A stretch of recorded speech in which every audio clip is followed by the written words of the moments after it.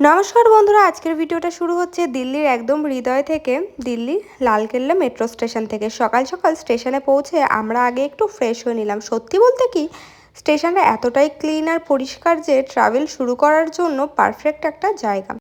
আমরা এখান থেকে ডাইরেক্ট চলে যাব আমাদের প্রথম ডেস্টিনেশন রেড ফোর্ট দেখতে। আমরা কিন্তু অলরেডি দিল্লি ঘুরে নিয়েছি এর আগের বার, বাট এইবার আমাদের হাতে কিছুটা সময় ছিল, তাই যেগুলোও বাকি ছিল সেগুলোই এবার দেখাবো তোমাদেরকে আমাদের সাথেও। চলো, সকালটা একটু বেশিই হয়ে গেছিলো, তাই আমাদের মেন গেট দিয়ে ঢুকতে অনেকটাই ঘুরে যেতে হয়েছে। গেট নাম্বারটা সঠিক মনে নেই, তবে ঢুকে আমরা অনলাইন বুক করে নিয়েছিলাম টিকিট, যার দাম পড়েছিল 35 টাকা মাথা পিছু। তোমাদের কাছে যদি লাগেজ থাকে, এখানে কিন্তু লাগেজ জমা রাখার সুবিধাও আছে। ট্রলি লাগেজ প্রায় বড় থেকে ছোট 10 থেকে 20 টাকার মধ্যেই হয়ে যাবে। 2 ঘন্টার সময়, তোমরা 2 ঘন্টা কিন্তু রাখতে পারবে লাগেজ নিজেদের। আমাদের হাতে সময় খুব কম ছিল, কারণ সন্ধ্যাবেলায় যেহেতু কলকাতায় যাওয়ার ট্রেন আমাদের ছিল নিউ দিল্লি থেকে, তাই পুরো লালকেল্লাটা ভালো করে ঘোরা হয়ে ওঠেনি। মানে পুরোটাই ঘোরা হয়ে উঠেছে, বাট সেরকমভাবে টাইম দিয়ে দেখা হয়নি সব কিছু ভালো করে। তবে ভেতরটা অনেক সুন্দর, অনেকগুলো দোকান আছে, জুয়েলারি, শাড়ি, নানান রকমের দোকান আছে। হ্যাঁ, যদিও দামটা একটু বেশি, কিন্তু জায়গাটা খুব সুন্দর। তোমরা অনেকেই আশা করি গিয়েছো, আর আমার কিন্তু এটা ফার্স্ট টাইম। দিল্লির সবকটা জায়গায় আমার প্রায় ঘোরা হয়ে গেছে। দিল্লি ট্যুর এবারই কমপ্লিট হয়ে যাবে। তো এবার আমাদের 3টে জায়গা বাকি আছে, এই 3টে জায়গায় কিন্তু তোমাদের ঘুরিয়ে দেখাবো। তো লালকেল্লার ভেতরে ঢুকেই তোমাদের দেখাচ্ছি সব রকম দৃশ্য। লালকেল্লাটা কিন্তু প্রচণ্ড বড়, অনেকটা জায়গা নিয়ে তৈরি। শুধু লালকেল্লাটা নয়, এই লালকেল্লা ছাড়াও কিন্তু এখানে অনেকগুলো ভেতরে জায়গা আছে, অনেকগুলো নাম আছে। তো তোমরা গেলেই দেখতে পাবে। আমার সব কিছু একটা ভিডিওতে দেখানো তোমাদেরকে সম্ভব নয়, তো যতটুকু পারছি দেখাবো, দেখতে থাকো। আর সকালটা যেহেতু অনেকটা ছিল, আমরা অনেক সকালেই বেরিয়েছিলাম দিল্লি ট্যুর করতে, তাই লোকজন সেরকম একটা ছিল না, ভিড়টা কমই ছিল। কিন্তু সময়ের সাথে সাথে কিন্তু অনেক লোক হয়ে গেছিলো। তারপর আমরা রাস্তায় সকাল সকাল এখানে ছোলে ভাটুরা খেয়ে নিয়েছিলাম, খিদে অনেকটা পেয়ে গেছিলো। তারপরে লালকেল্লা ঘোরা শেষ করেই পায়ে হেঁটে রওনা দিলাম আমরা জামা মসজিদের জন্য। আর আমরা পৌঁছেও গেছি কিন্তু জামা মসজিদে। তোমরা কিন্তু চাইলে মেট্রো করেও যেতে পারো, কিন্তু আমরা হাঁটতেই পছন্দ করেছি। দূরত্ব খুব একটা বেশি নয়, কাউকে জিজ্ঞাসা করলেই সহজেই পথ বলে দেবে। আমরা আমাদের লাগেজ কিন্তু লালকেল্লাতেই জমা রেখে এসেছিলাম। ওখানে 2 ঘন্টা যেহেতু টাইম আছে, তাই ওখানে রেখেই আমরা হাঁটা পথে চলে এসেছিলাম জামা মসজিদে। এখানে কিন্তু তোমাদের কোনো রকম টিকিট লাগবে না, এন্ট্রি ফি যেটা হয় সেটা লাগে না। কিন্তু এখানে তোমরা যদি টাওয়ারে উঠতে চাও, তাহলে তার জন্য আলাদা টিকিট আছে। আর তাছাড়া তোমাদের জুতো খুলে যেহেতু ঢুকতে হবে, জুতো খুলে রাখার জন্য বাইরে আলাদা টাকা দিতে হয়। তোমরা চাইলে নিজেদের দায়িত্বে বাইরে রেখে যেতে পারো জুতো। এটাও কিন্তু অনেকটা বড় জায়গা নিয়ে ছিল, আর এখানে অনেকটা ক্রাউড ছিল।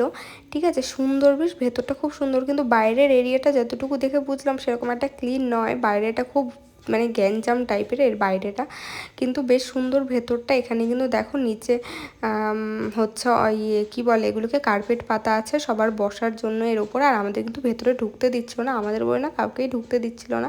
তো এখন আমরা মোস্ট বিউটিফুল একটা প্লেসে যাব এখান থেকে, সেটা হচ্ছে কোথায় বলো তো, অক্ষরধাম। আমরা কিন্তু আমাদের লাগেজ নিয়ে নিয়েছি একদম লালকেল্লা থেকে, সেখান থেকে আমরা লাগেজ নিয়ে চলে এসেছি আবার নিউ দিল্লিতে। এখান থেকে আমরা মেট্রো ধরে যাব। এখানে কিন্তু ভায়োলেট লাইন ধরে আমরা যাব অক্ষরধামে। তো চলো, অক্ষরধামটা তোমাদের ঘুরিয়ে দেখাবো।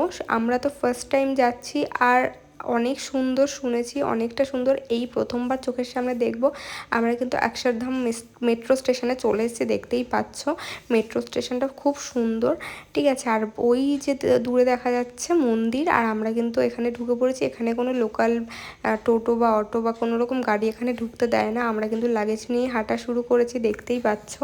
কিছুটা হেঁটে যাব, তারপরে মেন গেট দিয়ে ঢুকতে হবে। আর অনেকটা এরিয়া নিয়ে যেহেতু এটা রয়েছে, তাছাড়াও এটা এতটা সুন্দরভাবে সাজানো যে চোখ সরানোই যায় না। এখানে প্রবেশ করতে কোনো টিকিট লাগে না, কিন্তু সিকিউরিটি খুবই টাইট। লাগেজের পুরো চেক হয়, খুলে পুরোপুরি সব লাগেজ বড় থেকে ছোট সব চেক হয়। আর ফোন, ক্যামেরা, স্মার্ট ওয়াচ কিছুই ভেতরে নিয়ে যাওয়া যায় না। শুধু খাবার, টাকা বা পার্স এগুলোই আর নিয়ে যাওয়া যায়, জলের বোতল এগুলোই কিন্তু তোমরা ভেতরে নিয়ে যেতে পারবে। তারপরেও কিন্তু যা যা লাগেজ থাকবে সেগুলো তোমাদের চেক করে তারপরেই রেখে যেতে হবে ভেতরে। যদি লুকিয়ে কিছু নেওয়ার চেষ্টাও করো, তাহলে ধরা পড়বেই, কারণ একাধিক সিকিউরিটি চেক পেরিয়ে তোমাদেরকে ভেতরে ঢুকতে হবে। ভেতরে ঢুকে দেখলাম বিশাল পার্ক, ফুড কোর্ট, নানা ধরনের দোকান, সব মিলিয়ে একটা মানে সম্পূর্ণ আলাদা অভিজ্ঞতা। যদি সত্যি বলি, যারা দিল্লির ট্রিপ প্ল্যান করছো তোমাদের লিস্টে এই জায়গাটা অবশ্যই রাখা উচিত।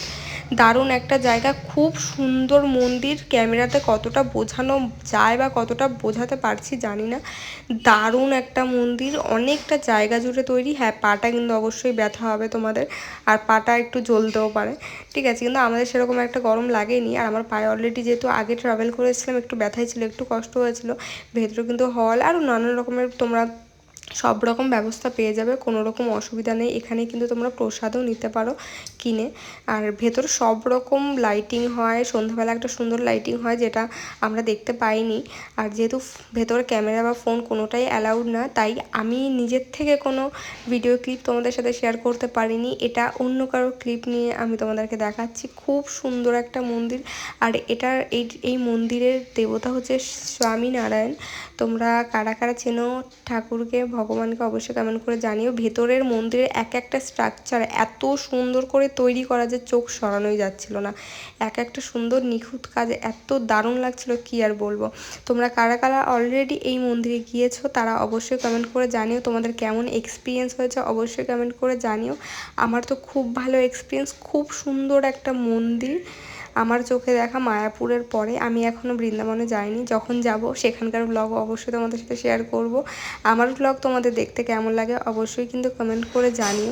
আমাদের হাতে সময় কম থাকায় পুরোটা ভালো করে উপভোগ করতে পারিনি, পুরোটা ঘুরলেও সুন্দর করে সময় দিতে পারিনি, কিন্তু পরের বার গেলে অবশ্যই আরও সময় নিয়ে সব কিছু বিস্তারিতভাবে তোমাদের সাথে শেয়ার করব, দেখাবো। আজকের মতো এখানেই শেষ করছি দিল্লির এই ছোট্ট কিন্তু দারুণ জার্নি। ভিডিওটা ভালো লাগলে লাইক কমেন্ট শেয়ার করতে ভুলবে না। আর আরও অনেক ট্রাভেল ব্লগ দেখতে চাইলে অবশ্যই সাবস্ক্রাইব করে রাখবেন বিতানসা মোমেন্টস। দেখা হচ্ছে নেক্সট ভিডিওতে। ভালো থাকবেন, সুস্থ থাকবেন, বাই।